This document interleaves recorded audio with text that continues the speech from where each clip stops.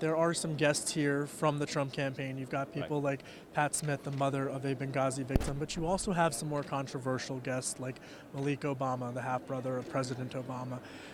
Is this something that is going to keep the debate focused on the issues? Is this the smart strategic move? I'm really looking forward to this third debate. I think Donald Trump's going to be able to, in this debate, to do as he did in the last two debates, and that is really focus on the issues that matter most to the American people. We've 7.5 years has weakened America's place in the world, stifled America's economy. Donald Trump provides the kind of leadership, rebuilding our military, restoring our alliances, getting this economy moving again. The American people want to hear it. But does he risk getting away from that message with these? Oh gosh! Look, we're grateful to have our guests. I'm sure that I'm sure the Secretary Clinton's grateful to have her guests, and frankly, we're grateful to have Mr. Obama's support. He's an American citizen. We're glad he's voting for Donald Trump. But I'm especially moved that Pat Smith, the mother of one of the four fallen Americans from Benghazi, is here.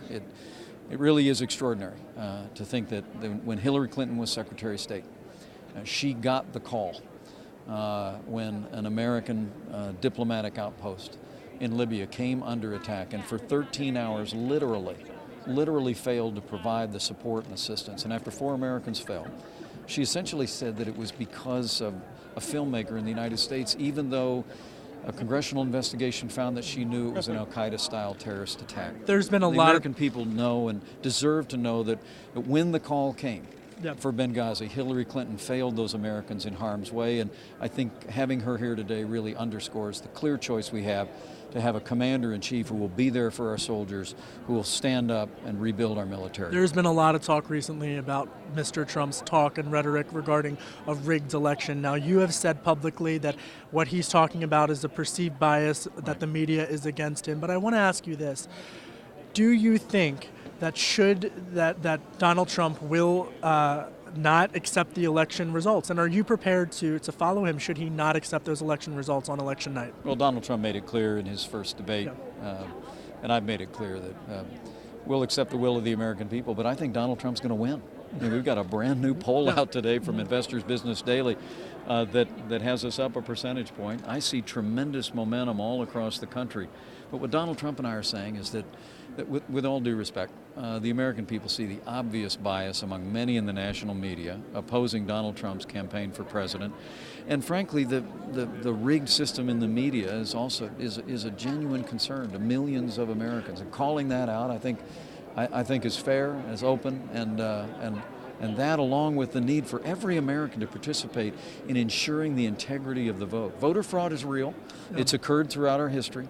We have a way to ensure that however Democrats, Republicans, or Independents vote, that everyone's vote counts, and that's by respectfully participating in the electoral process. And I know you're busy, so just one more question. Just one more question for you. But there also has been a lot of talk, and we do have a poll that shows you guys 9 point down, and I want to make that clear as well, because there's a plethora of polls out there. Yeah. Only one that counts. But there's also a poll out there that shows your favorability rating is actually 10 percentage points higher than Donald Trump's.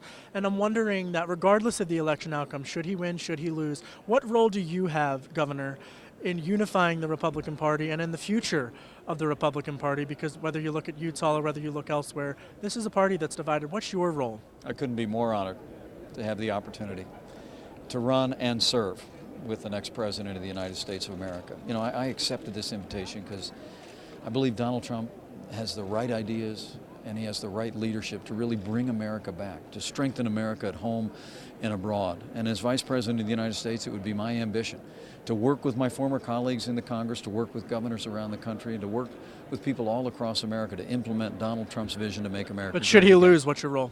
Donald Trump's going to be elected president. We'll leave it there. Governor Pence, thank you for the time. Bye-bye.